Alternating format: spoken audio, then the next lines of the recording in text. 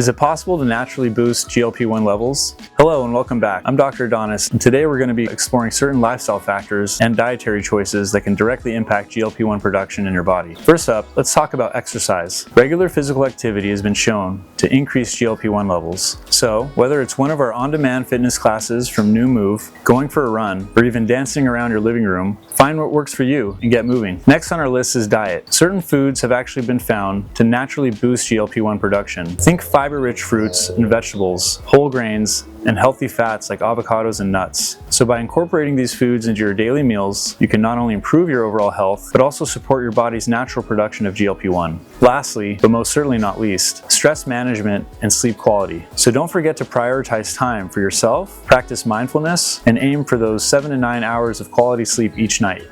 Thanks for joining me today. If you have any questions or topics you'd like us to cover, feel free to leave them in the comments below. And don't forget to subscribe to stay updated on more helpful content. Until next time, take care and stay healthy.